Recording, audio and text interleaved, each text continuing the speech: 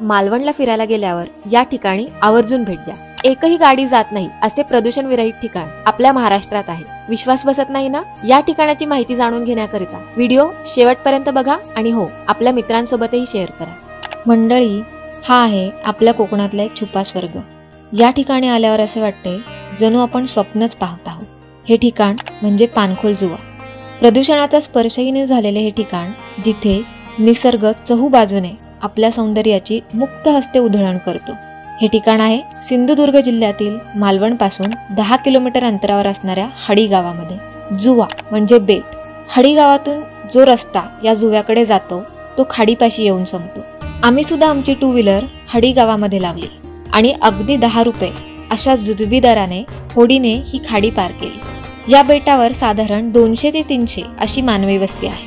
तितकीच प्राणी सुद्धा इथे आहेत। या सगळ्याहून कितीतरी पटीने अधिक नारळी पोफळीच्या बागा इथे आहेत। प्रत्येक घरासमोर आपल्याला सुपाऱ्या, काजू असा कोकणी मेवा वाळत घातलेला दिसतो।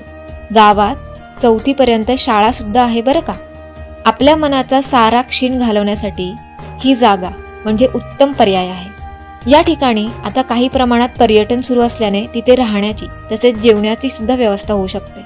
कोकणातील अनाघ्रात सौंदर्य अनुभवायचा असेल तर निवांत वेळ काढून पानखोल जुव्याला नक्की भेट द्यायला हवी।